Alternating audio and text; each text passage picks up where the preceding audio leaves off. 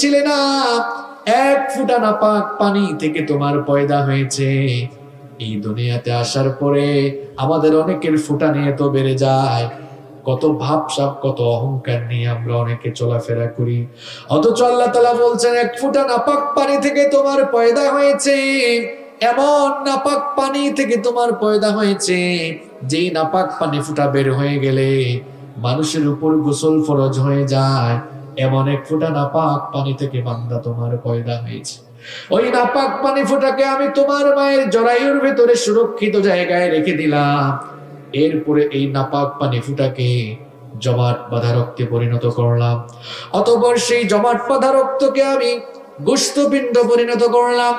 তারপরে সেই গোশতপিণ্ডকে বড় একটা হাড্ডিতে রূপান্তর করলাম। তখনও তোমার কান ছিল না, চক্ষু ছিল না, নাক ছিল না, ঠোঁট ছিল না, ফেস কাটিং ছিল না, কিছুই ছিল না, হাত ছিল না, পা ছিল না। আল্লাহ তাআলা বলছেন এরপরে আমি হাড্ডির উপরে গোশতের পোশাক পরিয়ে দিয়ে তোমার হাত দিলাম, পা দিলাম, চোখ দিলাম, ঠোঁট দিলাম, নাক দিলাম, কান দিলাম, সুন্দর একটা ফেস কাটিং দিয়ে তোমার মায়ের গর্ভের ভেতরে আমি আল্লাহ তোমাকে বানালাম। এরপরে নির্দিষ্ট একটা সময় পর্যন্ত তোমার মায়ের গর্ভের ভেতরে আমি তোমাকে রেখে দিলাম। এরপরে ছোট্ট একটা বাচ্চার আকারে মায়ের পেটের ভেতর থেকে তোমাকে বের করে নিয়ে আসলাম। সুবহানাল্লাহ। এই পৃথিবীতে তুমি আসলে, আসার পরে এখানে তুমি চিরকাল থাকবে না। আল্লাহ তাআলা বলছেন সুম্মা ইন্নাকুম বা'দা যালিকা লামাইয়িতুন, এরপরে তোমরা সবাই মৃত্যুর স্বাদ আস্বাদন করবে। সুম্মা ইন্নাকুম ইয়াওমাল কিয়ামাতি তুবআসুন, এরপরে তোমাদেরকে ডে অফ রিসারেকশন, পুনরুত্থান দিবসে তোমাদেরকে কবর থেকে উঠিয়ে হাসরের মাঠে একত্রিত করবেন কে? কিছুই ছিলাম না আমরা, আমাদেরকে সৃষ্টি করে পয়দা করে দুনিয়াতে পাঠিয়েছেন কে? যেখানে এসেছি সেখানে থাকবো না, যার কাছ থেকে এসেছি তার কাছেই চলে যাব। ইন্না লিল্লাহি ওয়া ইন্না ইলাইহি রাজিউন, নিশ্চয়ই আমরা আল্লাহ এবং আমরা আবার তার কাছেই ফিরে যাব। তার সাউন্ড অ্যাডজাস্টমেন্ট কিন্তু খুবই ভয়াবহ খারাপ। এটা এখন ঠিক করার ইয়ে না, আপনি ঠিক করবেন না, ঠিক করতে গেলে এখন অসুবিধা হবে। এটা তো আমি মাহফিলে আসার আগে বলে দেই, আমার মনে হয় এই কমিটিকেও সকাল।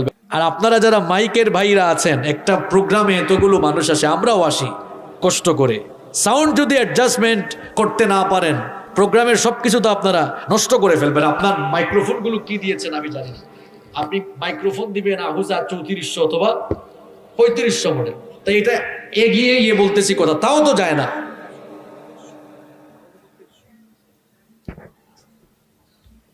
মাইক ভালো না হইলে 5-10 মিনিট বক্তব্য দেওয়া যায়, কিন্তু 1-1.5 ঘন্টা কোরআনের তাফসীর করা যায় না। সম্মানিত সুধী মণ্ডলী, দাঁড়ান, এখন আর ঠিক হবে না।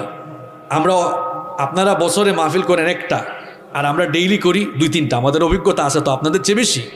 মাইক যদি আসরের সময় মাগরিবের সময় ঠিক না করে, হুজুর উঠার পরে, বক্তা উঠার পরে মাইক ঠিক করতে যাবে, মাহফিলের অঘটন ঘটাইছেন। এটা ঠিক করার টাইম ছিল আসরের সময়, মাগরিবের সময়, এখন কেন ঠিক করবেন আপনি? আপনারা শুনে যেমন মজা পাচ্ছেন না, আমি কথা বলেও আরাম ফিল করছি না।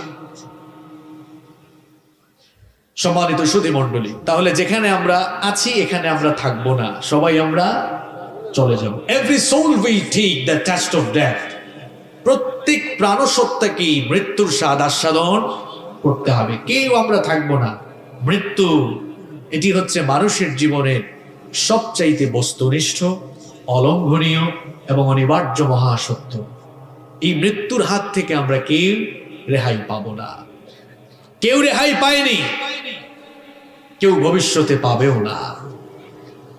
এই মৃত্যুর কিছু বৈশিষ্ট্য রয়েছে, দেয়ার আর সাম ক্যারেক্টারিস্টিক অফ ডেথ, মৃত্যুর কিছু বৈশিষ্ট্য রয়েছে। এই মৃত্যুর মোট 8টি বৈশিষ্ট্য রয়েছে।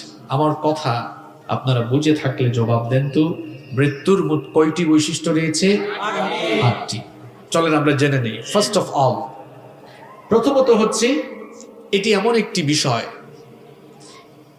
মৃত্যু এটি এমন এক পেয়ালা, এই পেয়ালা থেকে সবাই পান করবে, মরণের স্বাদ সকলকেই ভোগ করতে হবে। প্রত্যেকটি প্রাণসত্তাকেই মরণের স্বাদ আস্বাদন করতে হবে। এই জন্য যাদের প্রাণ আছে কেউ যেন মৃত্যু সম্পর্কে গাফেল হয়ে না যায়। রব্বুল আলামিন এই মৃত্যুর কথা একটি আয়াতে নয়, কোরআনুল কারীমের ভিন্ন ভিন্ন 4টি জায়গায় আল্লাহ একই কথা 4 বার বলেছেন। কুল্লু নাফসিন যায়িকাতুল মাউত। 3 জায়গায়, ভিন্ন ভিন্ন 3টি জায়গায় একই কথা আল্লাহ 3 বার বলেছেন। সূরা আলে ইমরান 185 নম্বর আয়াত, সূরাতুল আম্বিয়া 35 নম্বর আয়াত, সূরাতুল আনকাবুত 57 নম্বর আয়াত। সেম কথা আল্লাহ কয়বার বলেছেন? 3 বার। আল্লাহ বলেছেন কুল্লু নাফসিন যায়িকাতুল মাউত, every soul will take the test of death, everyone will take the test of death. প্রত্যেককেই মরণের স্বাদ আস্বাদন করা লাগবে। আরবের এক কবিতার কবিতা এই জন্য বড় সুন্দর করে বলেছেন, আল মাউতু কাসুন কুল্লু নাসিন শারিবুন ওয়াল কবরু বাইতুন কুল্লু নাসিন দাখিলুন। মৃত্যু হচ্ছে এমন এক পেয়ালা, এই পেয়ালা থেকে সবাই পান করবে, আর কবর এমন একটি ঘর যেই ঘরের সকলকেই প্রবেশ করা লাগবে। বিভিন্ন মসজিদের মাইকে দেখবেন মাঝে মাঝে বিভিন্ন মানুষের মৃত্যুর খবর এলান হয়। বিভিন্ন মানুষের মৃত্যুর খবর ঘোষণা করতে করতে আর মসজিদের মাইক থেকে বিভিন্ন মানুষের মৃত্যুর খবর শুনতে শুনতে এমন একটা দিন আসবে, এমন একটা সময় আসবে যখন আপনার মৃত্যুর খবর মসজিদের মাইকে ঘোষণা হবে, যখন আপনার মৃত্যুর খবর দিকে দিকে মানুষকে শোনানো হবে। এই সময় আসবে কিনা বলেন? কত মানুষের জানাজায় আপনি গিয়েছেন। একটা সময় আসবে যখন চতুর্দিক থেকে মানুষেরা ছুটে আসবে আপনাকে জানাজা দেওয়ার জন্য। এখন রাত 10:45 বাজে।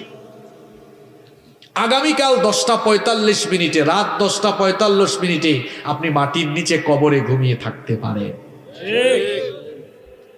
আপনি মনে করছেন হুজুর আমি তো সুস্থ মানুষ, আমি তো এত তাড়াতাড়ি যাওয়ার কথা না।